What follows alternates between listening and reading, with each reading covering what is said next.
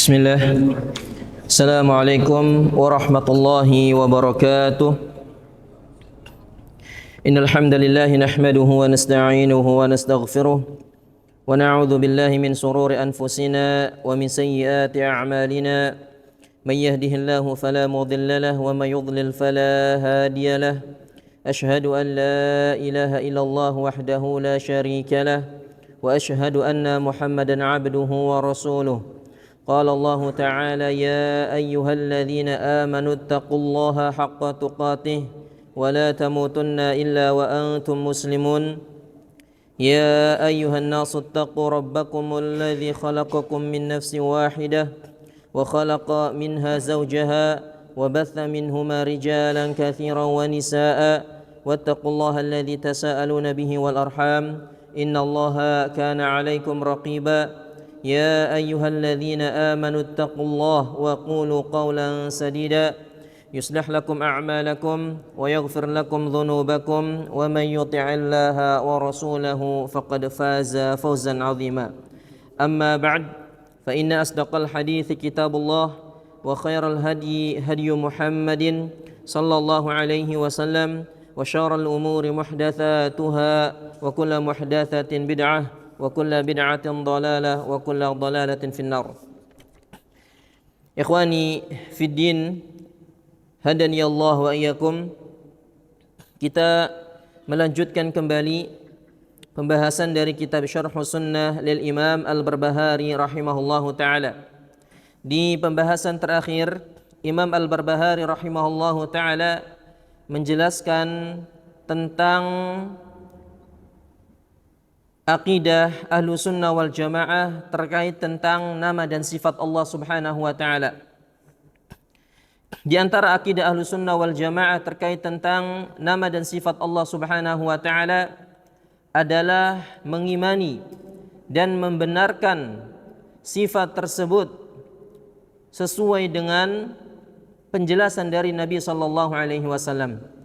Dan apa yang tidak dijelaskan oleh Nabi sallallahu alaihi wasallam maka kita pun diam, tidak terlalu memperinci yang tidak dirinci oleh Nabi sallallahu alaihi wasallam. Itulah sikap kita terhadap nama dan sifat Allah Subhanahu wa taala. Mengimani sesuai dengan konteks maknanya, sesuai dengan konteks bahasa Arab kita imani seperti itu. Adapun hakikat dari sifat tersebut tentu berbeda antara sifat Allah Subhanahu wa taala dengan sifat makhluknya. Dan di antara metode yang diajarkan oleh Nabi sallallahu alaihi wasallam dalam mengenalkan Allah Subhanahu wa taala kepada umatnya adalah dengan mengenalkan nama dan sifat Allah Subhanahu wa taala. Baik dengan qaul, ucapan atau lisan Nabi sallallahu alaihi wasallam ataupun dengan perbuatan Nabi sallallahu alaihi wasallam atau bahkan dengan keduanya dan juga dengan iqrar, penetapan Nabi sallallahu alaihi wasallam tentang sifat Allah Subhanahu wa taala. Salah satu contoh yang diajarkan oleh Nabi sallallahu alaihi wasallam dalam metode mengajarkan nama dan sifat Allah Subhanahu wa taala melalui lisannya. Itu banyak sekali hadis-hadis yang disampaikan oleh Nabi SAW terkait tentang nama dan sifat Allah melalui lisannya. Di antaranya adalah sebuah hadis yang disebutkan oleh Imam Al-Bukhari dan Muslim. Nabi SAW bersabda, "Ma minkum min ahadin illa wa sayukallimuhu Allahu yaumal qiyamah. Laisa bainallahi wa bainahu turjuman."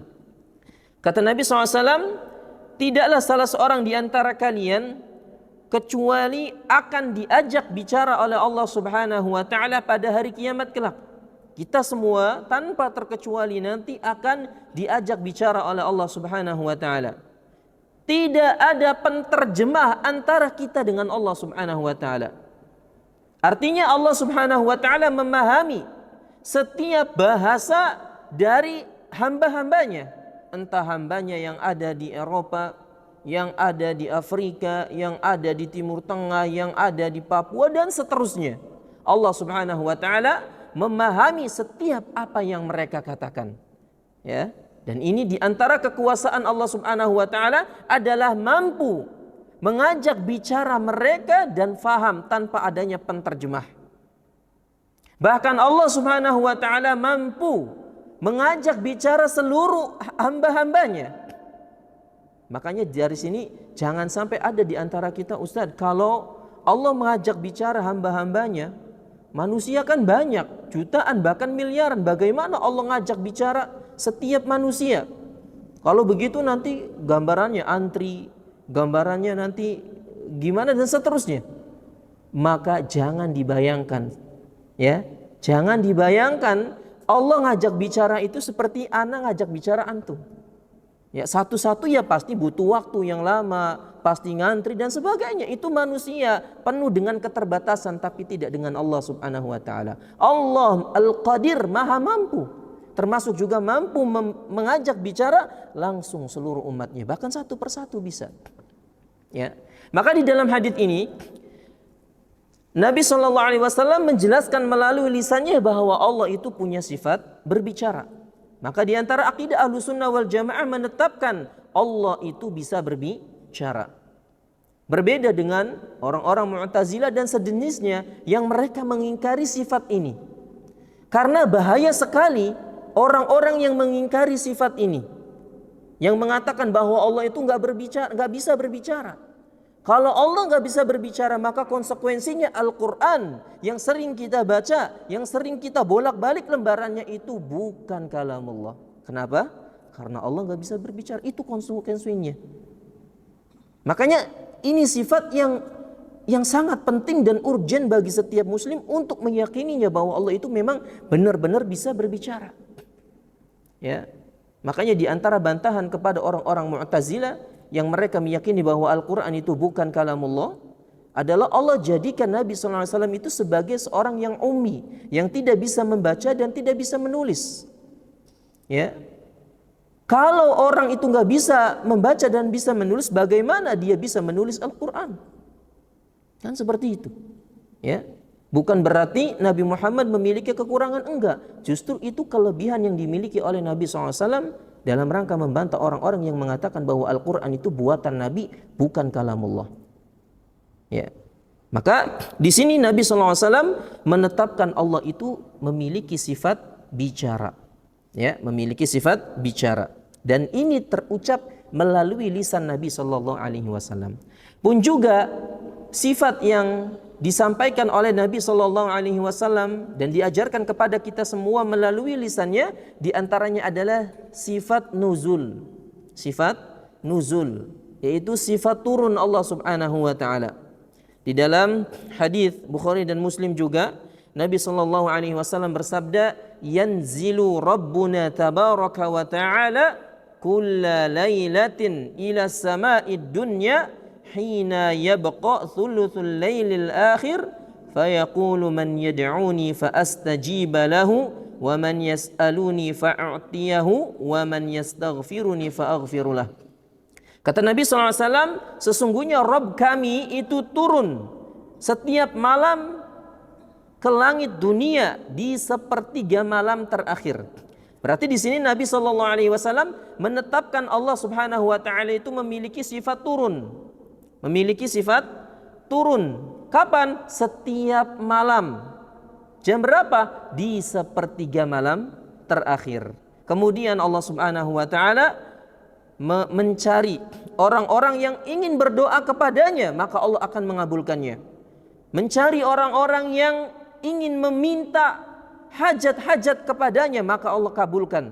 Dan Allah mencari hamba-hambanya yang meminta ampunan, maka akan diampuni oleh Allah Subhanahu wa taala.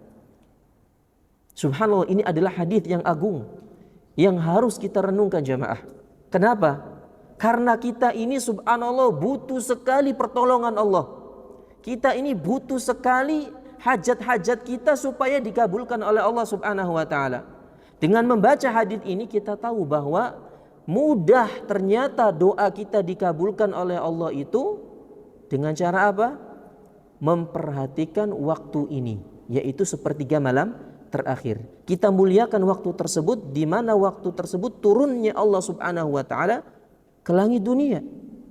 Ya, bahkan dalam riwayat lain, siapa yang terbangun di malam hari kemudian membaca la ilaha illallah wahdahu la syarikalah lahul mulku wa lahul hamdu wa huwa ala kulli syai'in qadir.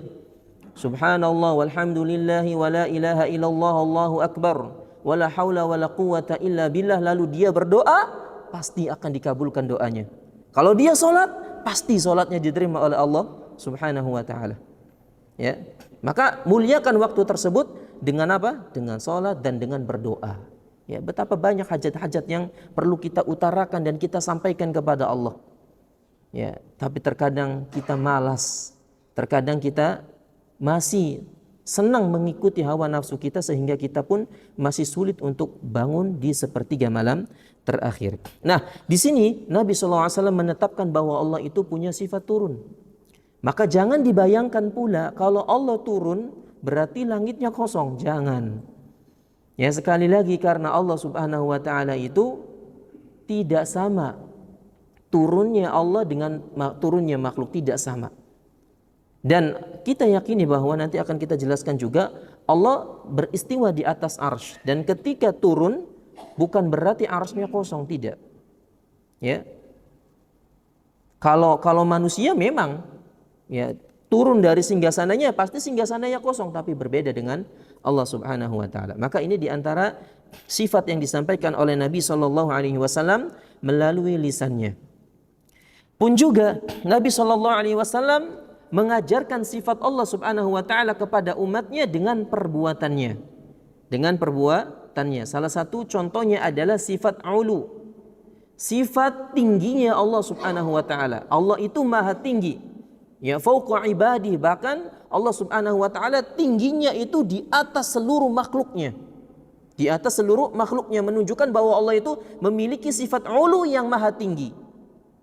Ya, sifat ini ternyata disampaikan oleh Nabi sallallahu alaihi wasallam ketika Hajjatul Wada'. Ketika beliau haji lalu berkhutbah, ya, sambil menangis, di akhir khutbahnya beliau berkata, "Ala qad balaghtu?" Wahai para sahabatku, apakah aku telah menyempurnakan atau menyampaikan seluruhnya kepada kalian? Apakah aku telah menyampaikan semua risalah ini kepada kalian? Maka para sahabat bersaksi, nashhadu annaka qad balagta wa adaita wa nasahta. Naam ya Rasulullah, kami bersaksi bahwa engkau telah menyampaikan seluruh ilmu kepada kami. Dan ini juga bantahan kepada orang yang menuduh bahwa Nabi SAW masih menyembunyikan syariat dan belum disampaikan kepada para sahabat. Siapa yang menuduh seperti itu? Tidak lain adalah orang-orang Syiah Rafidhah. Ya, mereka menuduh bahwa Al-Quran itu ada yang kurang. Apa yang kurang? Yaitu ayat-ayat yang menjelaskan tentang celaan kepada para sahabat. Kata mereka, ayat-ayat yang menjelaskan tentang para sahabat itu disembunyikan oleh mereka, atau Nabi SAW belum menyampaikannya kepada mereka. Maka ini diantara tuduhan yang keji. Maka para sahabat bersaksi bahwa Nabi SAW telah menyampaikan semua risalah kepada para sahabatnya. Maka beliau pun mengangkat tangannya ke atas langit lalu mengatakan, Allahumma syhad, Allahumma syhad. Ya Allah, persaksikanlah. Ya Allah, persaksikanlah. Apa sisi pendalilannya? Nabi SAW memberikan isyarat dengan telunjuknya ke atas yang menunjukkan Allah itu ada di atas. Berarti Allah itu memiliki sifat ulu. Paham sampai sini? Ini dengan apa? Dengan perbuatan Nabi sallallahu alaihi wasallam. Ya. Sehingga dan kita fahami ketika Nabi SAW mengatakan demikian, Nabi menyampaikan di hadapan para sahabat tatkala itu yang mana jumlahnya sangat banyak. Banyak sekali para sahabat Nabi SAW yang ikut haji bersama Nabi SAW. Bahkan ribuan jumlahnya.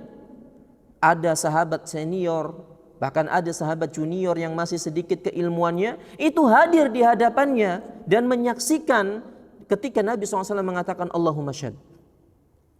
Berarti para sahabat pun meyakini bahwa Allah Subhanahu wa taala itu ada di atas arsy dan Allah itu maha tinggi di atas seluruh makhluknya. Ya. Baik. Karena kalau seandainya Allah itu bukan di atas, tapi Allah itu di mana-mana, pasti ada sahabat yang menegur. Atau pasti Nabi SAW pun akan menjelaskannya. Tapi Nabi SAW justru melakukan atau memberikan isyarat seperti itu yang menunjukkan bahwa bahwa Allah Subhanahu wa taala itu tinggi di atas arsy.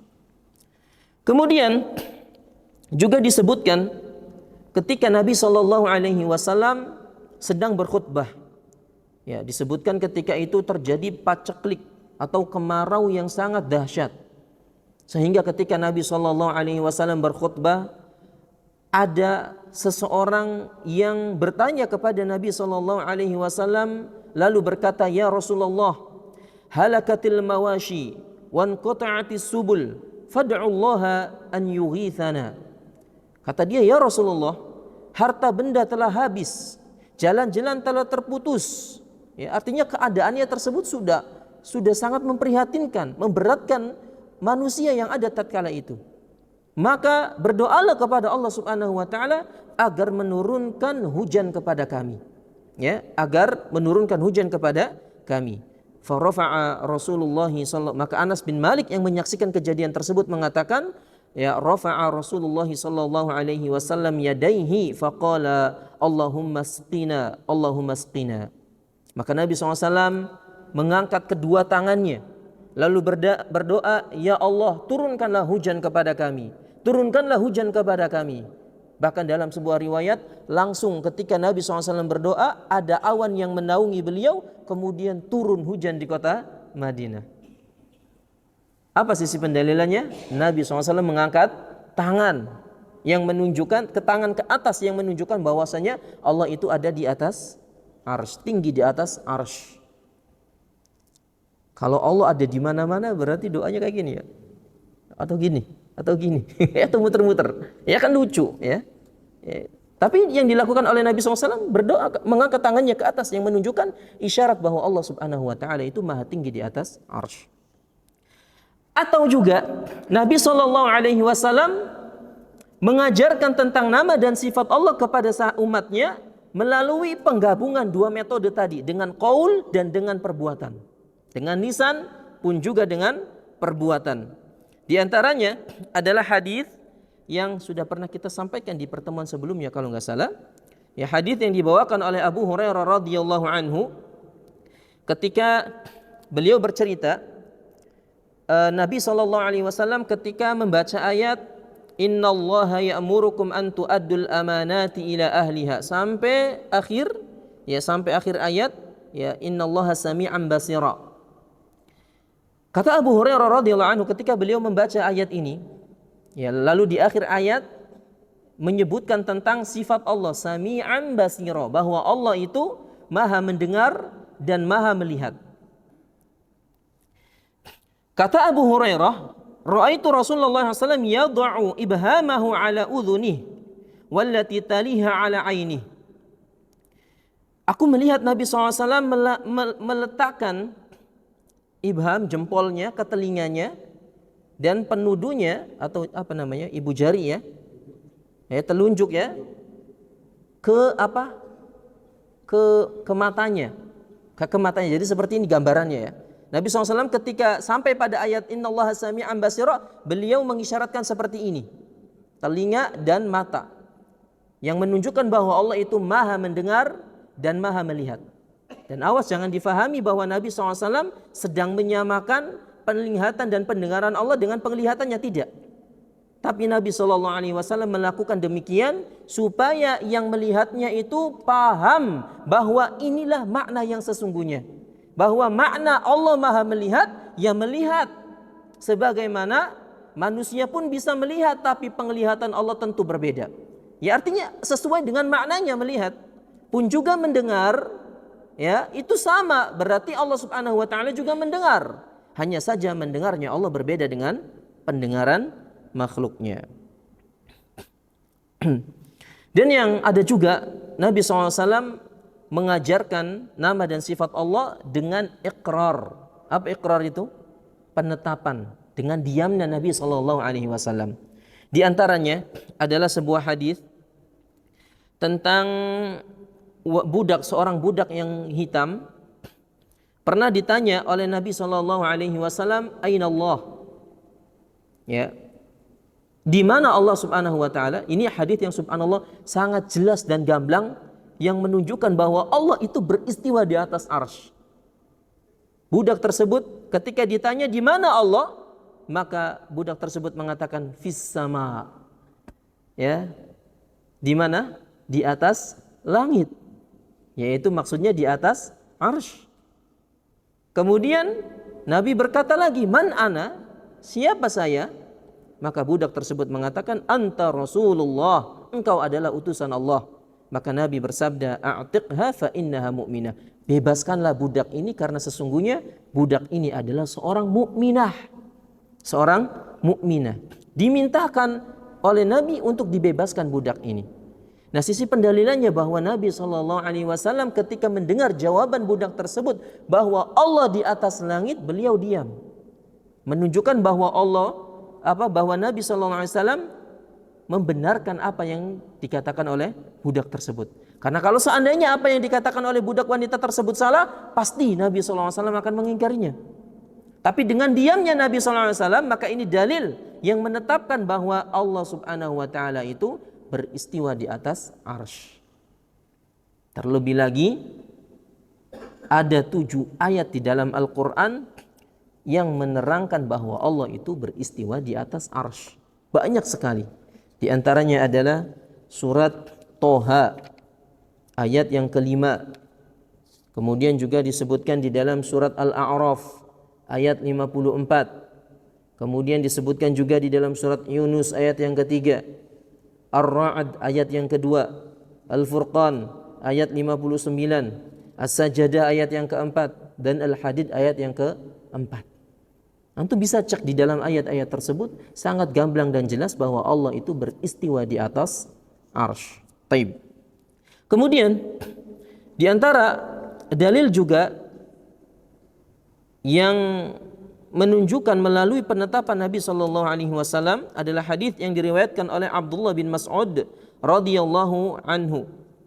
Dalam hadis Bukhari dan Muslim, kata beliau, "Ja'a habrun minal ahbari ila Rasulillah sallallahu alaihi wasallam." Datang seorang rahib dari, atau rahib itu pendetanya Yahudi ya. Pendetanya orang-orang Yahudi itu namanya rahib.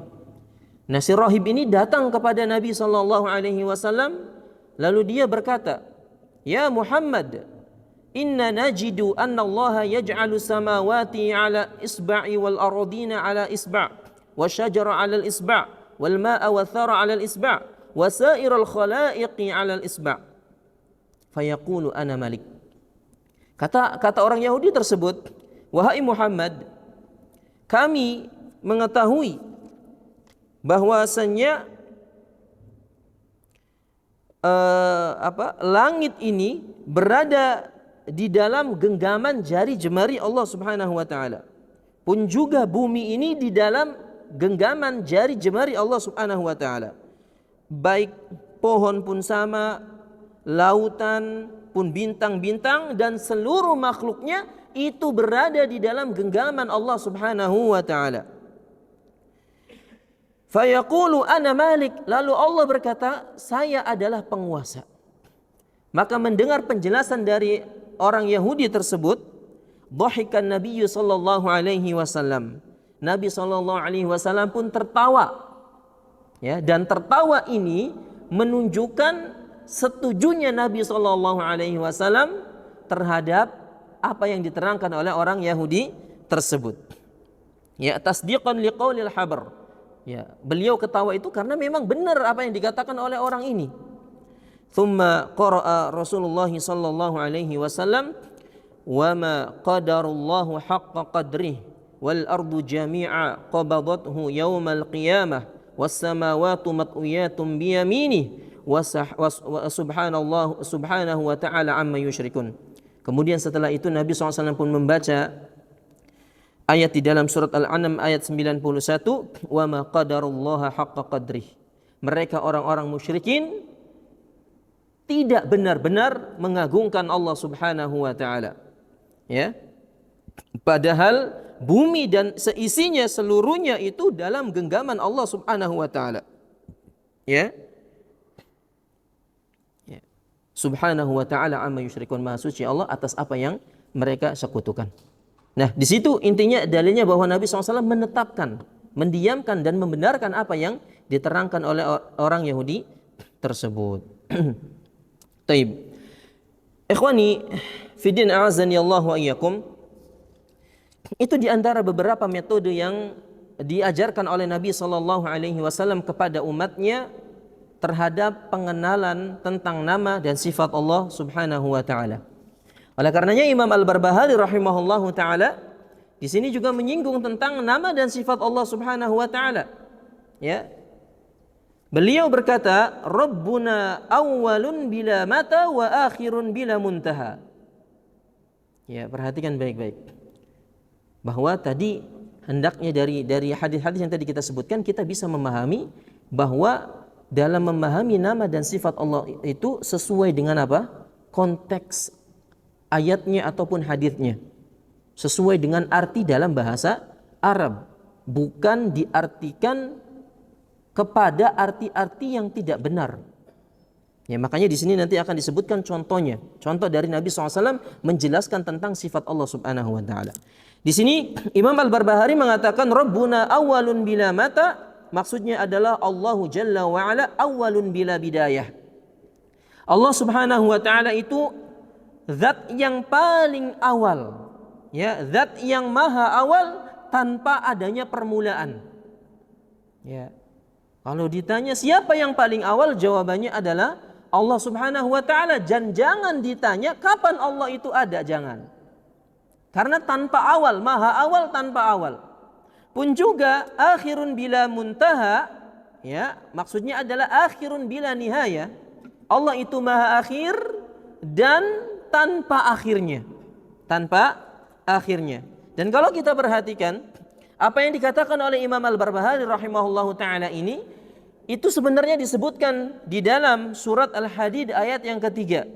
Allah berfirman, "Huwal awwalu wal akhiru wal zahiru wal batinu wa huwa bikulli syai'in alim." Kata Allah, "Huwal awwalu", Allah itu adalah zat yang maha awal.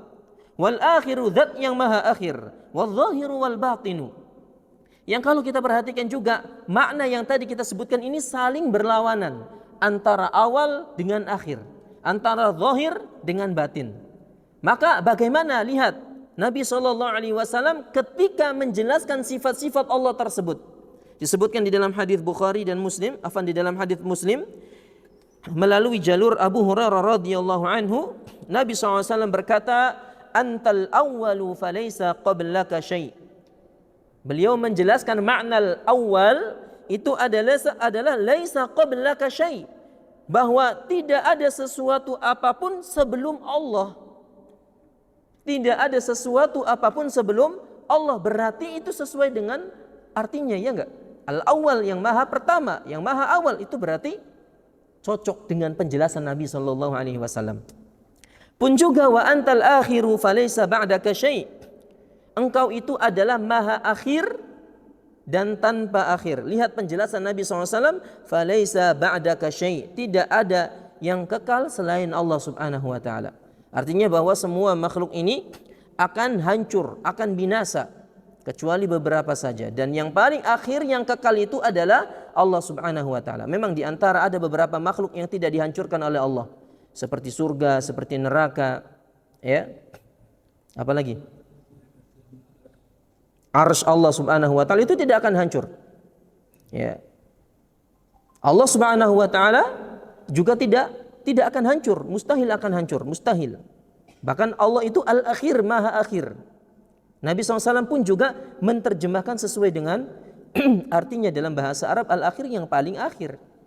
Bukan berarti akhir nanti binasa, enggak. Ya, al-akhir dan tanpa akhir.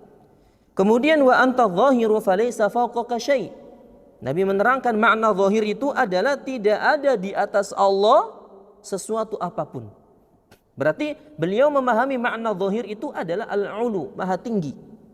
Ya, maha tinggi. Tidak ada di atas Allah sesuatu apapun. Itu makna daripada al-zahir.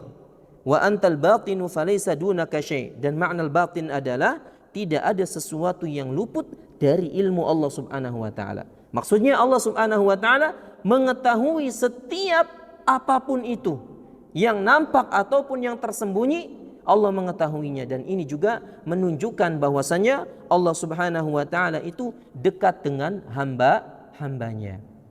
Ya, Allah itu dekat dengan hambanya. Meskipun Allah beristiwa di atas arsy, tapi Allah Subhanahu wa taala itu dekat dengan hambanya. Maka dari sini subhanallah letak kesalahan orang-orang yang mentakwil, ya, yang mentakwil sifat istiwa kepada makna istaula itu karena mereka tidak mampu untuk menggabungkan ayat-ayat yang menjelaskan tentang istiwanya Allah di atas arsy dengan ayat-ayat yang menjelaskan bahwa Allah itu bersama hambanya, dekat bersama hamba-hambanya. Tadi kita sudah sebutkan, ya, di dalam Al-Quran tentang ayat-ayat yang menjelaskan bahwa Allah beristiwa di atas arsy. Tapi di sisi lain banyak ayat-ayat yang menjelaskan bahwa Allah itu bersama hamba-hambanya. Ya, di antaranya Allah berfirman tentang kisah Nabi Musa dan Harun, innani ma'akuma asma'u wa ara. Kata Allah, sesungguhnya wahai Musa dan Harun, aku bersama kalian berdua, aku melihat dan aku mendengar. Allah menetapkan di sini bahwa Allah bersama Harun dan Musa. Pun juga di dalam ayat lain, innallaha ma'as sabirin. Sesungguhnya Allah bersama orang-orang yang bersabar. Dalam ayat lain, innallaha ma'al ladzina taqaw wal ladzina hum muhsinun. Sesungguhnya Allah bersama hamba-hambanya yang bertakwa dan bersama orang-orang yang berbuat ihsan.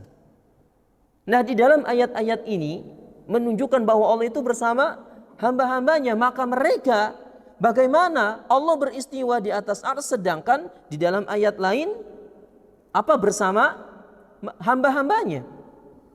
Sehingga mereka nggak bisa menggabungkan ayat ini. Justru mereka condong kepada ayat-ayat yang menjelaskan Allah itu bersama hamba-hambanya. Ya. Bagaimana menyikapi hal tersebut? Maka kita katakan ayat-ayat tersebut tidak sama sekali bertentangan, enggak. Karena yang namanya bersama itu tidak mesti harus bersama bersama secara wujudnya gitu. Ya.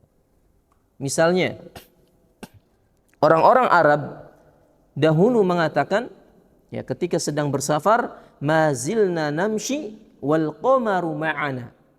Kami terus berjalan di malam hari sedangkan bulan bersama kami. Sedangkan bulan bersama kami. Apakah mereka berjalan kemudian di sampingnya ada bulan? Apakah bulan yang ngintilin mereka? Apakah mereka yang hanya melihat bulan? Atau cahaya bulanlah yang bersama mereka? Nah. Atau ketika siang misalnya, kita berjalan di siang hari bersama matahari. Apakah mataharinya nempel dengan kita? Kalau nempel apa jadinya? Ya, jadi arang kan ya, gosong. Ini menunjukkan bahwa makna bersama dalam bahasa Arab itu tidak mesti nempel. Tidak mesti bersama seperti ana ini, saya bersama kita. Saya bersama antum. Ya, tidak mesti seperti itu maknanya dalam bahasa Arab. Ya. Misalnya ketika ana mengatakan saya bersama istri saya. Kira-kira istri saya itu harus ada di samping saya apa enggak? Kan enggak mesti kan? Orang istri ana ada di sana, iya enggak? Bisa dipahami ya? Jadi yang namanya bersama itu tidak mesti ada di sampingnya. Pun juga Allah tabaraka wa ta'ala demikian sifatnya. Allah beristiwa di atas arsy, namun Allah bersama hamba-hambanya bukan berarti Allah turun, ya, bersama hamba-hambanya kemudian kosong arsy-nya, enggak. Bisa jadi, ya, bahkan di dalam surat Al-Hadid, ya, ayat yang keempat itu diterangkan tentang kedua-duanya. ya, tentang kedua-duanya. Tentang istiwanya Allah di atas ars dan kebersamaan makhluk. Lihat di dalam surat Al-Hadid ayat yang keempat, Allah Subhanahu wa taala berfirman, "Huwallazi khalaqas samawati wal arda fi sittati ayyamin tsumma stawa 'alal arsy." Dialah Allah yang menciptakan langit dan bumi dalam waktu 6 masa. Tsumma stawa 'alal arsy. Kemudian setelah menciptakan langit dan bumi, Allah beristiwa di atas arsy. Ya'lamu ma yaliju fil ardi wa ma yakhruju minha. Allah mengetahui apa yang masuk ke dalam bumi, ya. Allah mengetahui setiap tumbuh-tumbuhan yang ditanam di bumi, setiap binatang-binatang kecil yang masuk ke dalam bumi pun juga bangkai-bangkai atau bahkan mayat-mayat yang dikebumikan Allah tahu. Wa ma yakhruju minha pun juga apa yang keluar dari dalam bumi Allah mengetahuinya. Wa ma yanzilu minas sama'i wa ma ya'ruju fiha pun juga Allah mengetahui apa yang turun dari langit ke bumi seperti hujan, seperti rahmat, seperti turunnya malaikat dan sebagainya. Allah mengetahui itu semua. Pun juga apa-apa yang naik ke atas langit seperti amalan-amalan, ya, yang diangkat ke atas langit kemana? Ke Allah. Berarti Allah itu ada di mana? Ada di atas arsy. Wa huwa ma'akum aina ma kuntum. Dan huwa, ya, huwa disinilah letak kesalahan mereka, mengartikan huwa itu kembali kepada Allah. Padahal huwa di situ itu kembali kepada ilmu Allah. Karena di awal ayat Allah menerangkan apa? Ya'lamu ma yaliju fil ardi wa ma yakhruju minha wa ma yanzilu minas sama' wa ma ya'ruju fiha. Allah berbicara tentang ilmunya. Allah mengetahui semua apa yang ada di muka bumi ini. Wa huwa ma'akum aina ma kuntum, maka ilmu Allah Subhanahu wa taala itu bersama kalian dimanapun kalian berada. Paham? Jadi yang bersama itu adalah ilmu Allah Subhanahu wa taala. Ya, sebagaimana contoh yang tadi kita sebutkan, bulan, ya, itu berjalan bersama kita, bukan berarti bulannya tapi cahayanya. Ya. Matahari berjalan bersama kita, bukan berarti mataharinya bisa jadi cahayanya. Pun juga Allah Subhanahu wa taala bersama hamba-hambanya, bisa jadi ilmunya, bisa jadi pertolongannya, bisa jadi rahmat-rahmatnya. Ya, sehingga ayat-ayat tadi itu sebenarnya tidak bertentangan. Tidak bertentangan, ya. Tapi karena mereka sudah sudah mentok dan mereka condong kepada hawa nafsunya, akhirnya mereka menafikan salah satu sifatnya. Sifat Allah yang istiwa itu dinafikan atau ditahrif, dipalingkan kepada makna jangan beristiwa. Karena ini berbenturan dengan ayat yang lain nanti. Bagaimana Allah ada di atas sedangkan di dalam ayat lain Allah bersama hamba-hambanya. Maka mereka pun memalingkan makna istiwa itu istaula. Menguasai, berarti ini yang cocok kata mereka. Ya, padahal banyak dalil-dalil yang mendukung bahwa Allah itu ada di atas arsy yang tadi kita sudah sebutkan. Taib. Kemudian di sini Syekh Al-Fauzan menyebutkan ada orang-orang yang mengartikan makna zahir yang tadi kita sebutkan. Al-zahir itu maknanya apa tadi? Falaisa fawqaka syai'. Al-zahir itu maknanya kata Nabi adalah falaisa fawqaka syai'. Tidak ada di atas Allah itu sesuatu apapun. Tapi ada yang mengartikan dhahara lil uquli wa dhahara lil barahin. Ya, kata mereka bahwa makna zahir itu adalah menang dari sisi akal. Jadi Allah itu memiliki sifat al-zahir itu adalah yang maha menang, ya, baik dalam berhujjah. Jadi ataupun dari sisi akal menang. Allah itu maha menang intinya. Ya, menang dalam memberikan hujjah, menang dalam berakal dan sebagainya. Memang maknanya benar, tapi tafsiran tersebut tidak sesuai dengan tafsiran yang diterangkan oleh Nabi SAW. Sehingga mereka mengatakan bahwa Allah itu tidak di atas arsy. Ya, padahal al-zahir tadi maknanya apa? Falaisa fawqaka syai'. Allah itu di atas, tidak ada sesuatu di atas Allah apapun. Ya, berarti Allah itu maha tinggi. Maha tinggi. Makanya Allah berfirman di dalam surat Al-An'am, wa huwal qahiru fawqa ibadi. Allah itu maha perkasa di atas seluruh hamba-hambanya. Kalau di atas itu apa? Ya. Kalau di atas itu di mana? Kalau di atas hamba-hambanya, di atas makhluknya, berarti di mana tempatnya? Hah? Ya udah paling atas, itulah makna adz-dzahir yang diterangkan oleh Nabi SAW. Ya, jelas sekali bahkan di dalam dua ayat, ayat yang ke-18 dan 61 kata Allah, wa huwal qahiru fawqa ibadi, diulangi lagi Allah itu maha perkasa di atas hamba-hambanya, wa yursilu alaikum hafadhah, dan Allah lah yang mengutus kepada kalian para penjaga. Maka di sini Nabi SAW menafsirkan makna al-batin itu adalah ya maha tinggi. Maka inilah yang harus kita yakini. Karena Nabi SAW lah manusia yang paling mengerti, yang paling tahu tentang Allah Subhanahu wa taala. Maka kalau ada orang-orang yang menafsirkan selain yang berasal dari tafsiran Nabi, maka itu adalah tafsiran yang batil. Tafsiran yang batil. Kemudian berarti dari ayat-ayat tadi juga berarti Allah itu memiliki 3 sifat tinggi. Yang pertama adalah fauqiyatul dzat. Allah itu maha tinggi, memiliki sifat tinggi zatnya. Jadi memang zatnya Allah itu ada di atas arsy, di atas seluruh hamba-hambanya. Ya, maha tinggi secara zatnya. Yang kedua wa fauqiyatul qadar. Maha tinggi dari segala kemampuannya. Ya, yang paling tinggi adalah Allah Subhanahu wa taala. Dan yang ketiga adalah fauqiyatul qahr. Maha tinggi, memiliki sifat maha tinggi dalam kekuasaannya. Dalam kekuasaannya. Maka jelas sudah ayat tadi itu bahwa maknanya itu sesuai dengan konteks bahasa Arabnya. Ya apa tidak?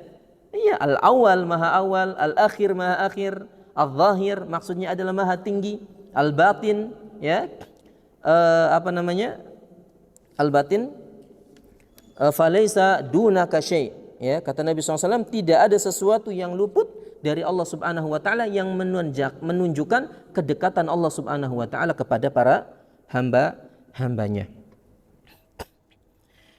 Ada orang-orang seperti orang-orang Jahmiyah yang mereka mengatakan bahwa Allah itu la fauqa wa la tahat. Allah itu tidak di atas, tidak di bawah, tidak di kanan, tidak di kiri, wala dakhila alam wala kharijah, tidak pula ada di dalam alam semesta ini atau tidak pula ada di luar alam semesta ini. Ya, ini keyakinannya orang-orang Jahmiyah. Mereka mengatakan bahwa Allah itu ya enggak ada di atas, enggak ada di bawah, enggak ada di kanan, enggak ada di kiri, enggak ada di alam semesta ini, baik di dalam ataupun di luar alam semesta ini, enggak ada. Berarti keyakinan seperti itu mengharuskan bahwa Allah itu enggak ada, iya apa enggak? Makanya itu adalah keyakinan yang kufur. Ya, sama saja dengan mengatakan Allah itu tidak ada. Baik. Dan ini dibantah oleh Imam Ibnul Qayyim dalam kitabnya Syifa'ul Alil. Itu beliau menyebutkan tentang bantahan kepada orang-orang Jahmiyah yang mengatakan Allah itu tidak di atas, tidak ada, bahkan tidak ada di alam semesta ini. Karena akal kita itu mengingkari. Ya, kalau memang seandainya kenyataannya seperti itu, berarti akal kita itu memahami Allah itu berarti enggak ada. Ya, berarti sama aja dengan mengatakan Allah itu tidak ada, dan ini adalah termasuk kekufuran. Kemudian qauluhu rahimahullahu taala ya'lamu sirra wa ahfa wa huwa 'ala 'arsy istawa. Kemudian Imam Al-Barbahari melanjutkan bahwa Allah mengetahui sesuatu yang rahasia dan tersembunyi, wa huwa 'ala 'arsyihi istawa. Sedangkan Allah itu tetap beristiwa di atas arsy-Nya. Jadi meskipun Allah itu beristiwa di atas arsy-Nya, tetap Allah mengetahui setiap apa yang tersembunyi, bahkan sesuatu yang dirahasiakan. Bahkan termasuk juga apa yang ada di dalam hati-hati manusia, Allah Subhanahu wa taala mengetahuinya.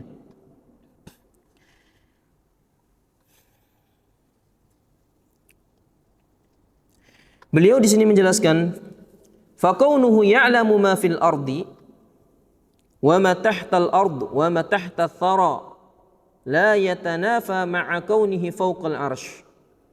Tadi dikatakan bahwa Allah mengetahui sesuatu yang tersembunyi dan rahasia.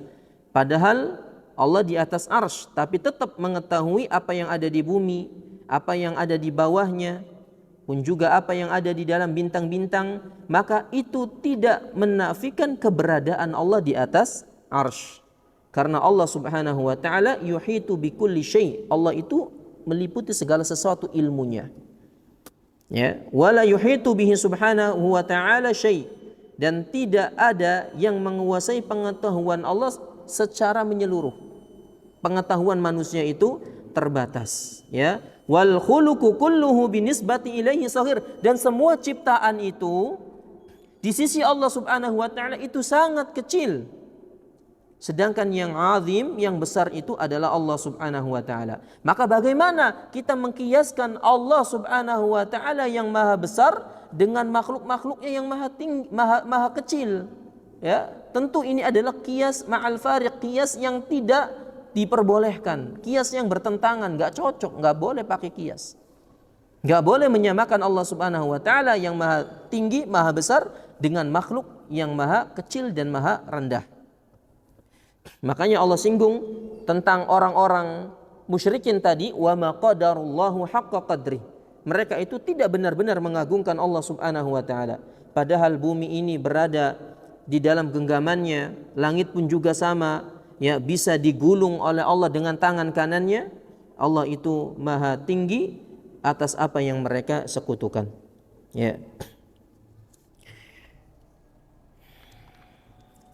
Di dalam ayat lain Allah Subhanahu wa taala menerangkan atau memberikan permisalan, ya ayyuhan nasu duriba mathalu fastami'u lah. Wahai manusia, diberikan kepada kalian sebuah perumpamaan, maka dengarkanlah. Innal ladzina tad'una min dunillahi lan yakhluqu dubaban walau ijtama'u lah. Di sini perumpamaannya.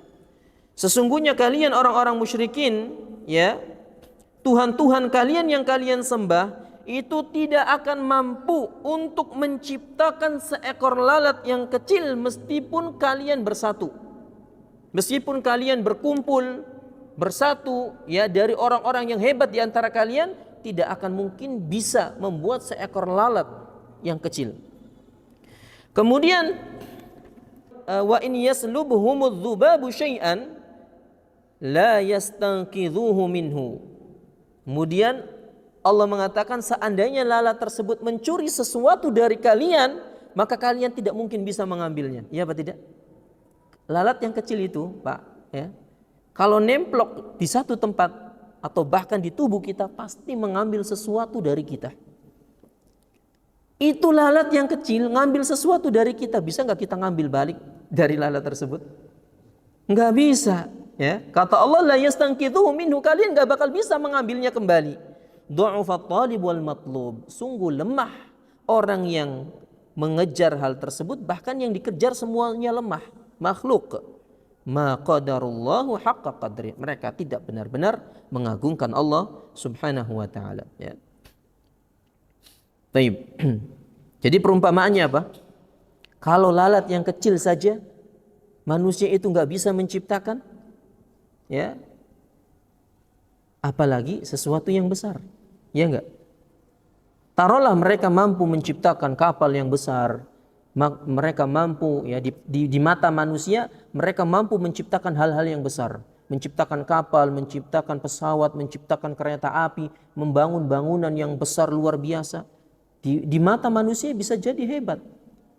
Tapi ketika mereka diminta untuk membuat sesuatu yang sangat kecil seperti lalat, jangankan lalat, semut saja mereka nggak bakal bisa.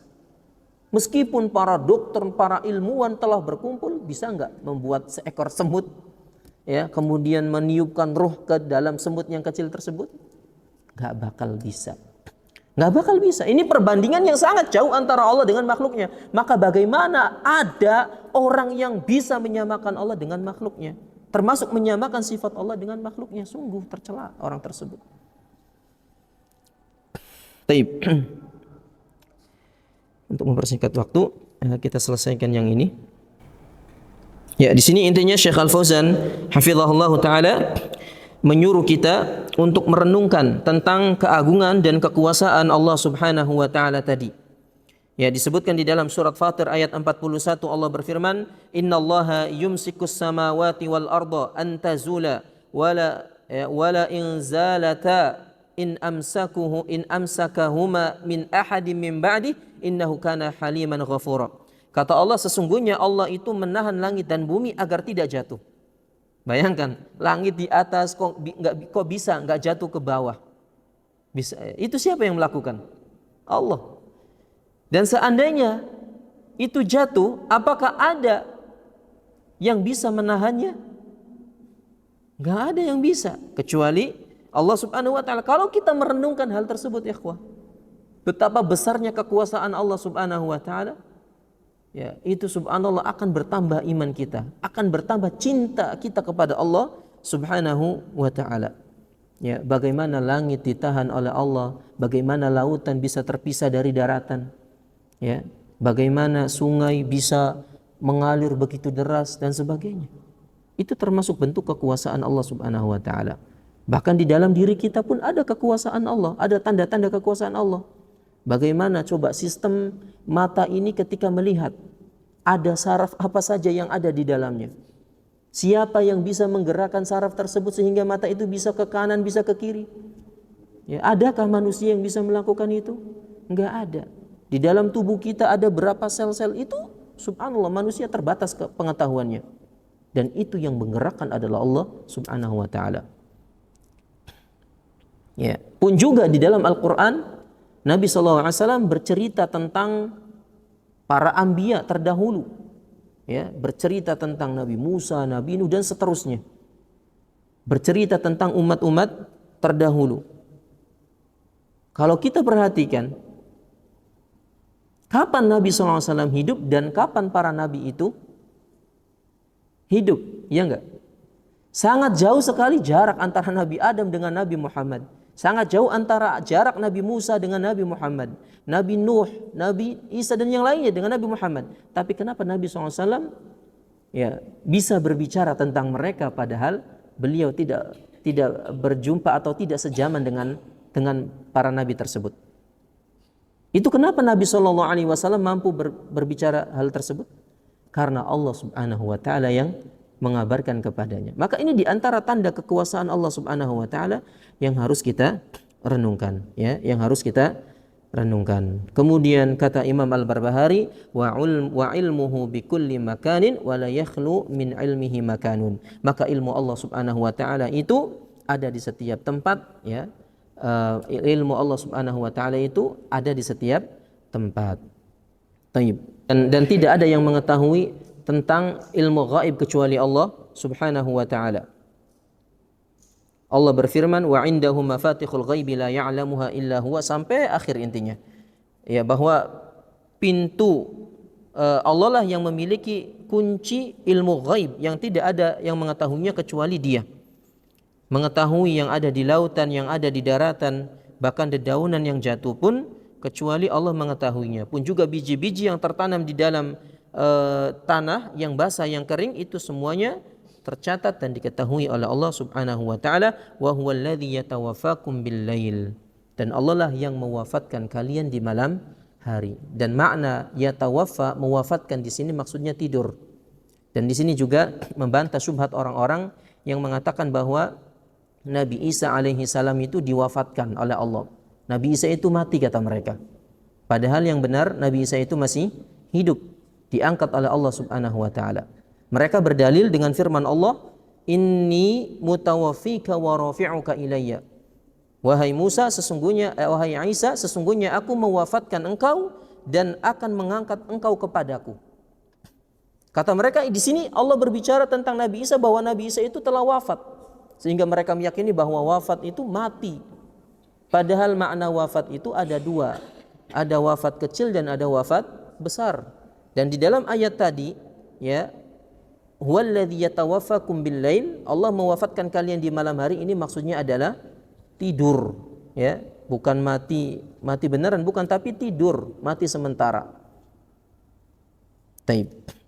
Kemudian satu paragraf lagi, kata Imam Al-Barbahari, wala yaqulu fi sifati Rabbi ta'ala kaifa wa lima illa syakun fillah. Maka Allah itu, sifat Allah tidak boleh dikatakan kenapa dan bagaimana, Maka orang-orang yang bertanya tentang sifat Allah itu seperti apa dan bagaimana, itu tidak lain adalah orang-orang yang ragu terhadap Allah Subhanahu wa taala. Maka garis besarnya pada kajian kali ini adalah kita memahami bahwa di antara keyakinan kita terhadap Allah Subhanahu wa taala itu memiliki nama-nama dan sifatnya sesuai dengan zahirnya, ya, sesuai dengan apa yang diterangkan oleh Nabi dan Rasulnya, tanpa memperinci sesuatu yang tidak dirinci oleh Rasulullah sallallahu alaihi wasallam. Karena manusia bisa membayangkan itu, ya, kemungkinan dia bisa melihat sesuatu, atau dia melihat yang semisalnya, atau dia hanya mendengar saja tanpa melihat. Dan Allah Subhanahu wa taala tidak memperlihatkan sifat-sifatnya, tidak memperlihatkan perkara gaib, ya, namun Allah Subhanahu wa taala hanya mengabarkan saja tanpa memperlihatkannya. Sehingga disinilah yang wajib kita imani, hanya mengimani saja tanpa, ya, membayangkan, mempermisalkan atau bahkan memalingkan makna kepada makna yang tidak benar. Mudah-mudahan bermanfaat. Kita cukupkan sampai di sini. Insyaallah di pertemuan yang akan datang kita akan bahas tentang Al-Qur'anul Karim. Wallahu a'lam. Subhanakallahumma wa bihamdika asyhadu an la ilaha illa anta astaghfirullah wa atubu ilaik. Wassalamualaikum warahmatullahi wabarakatuh.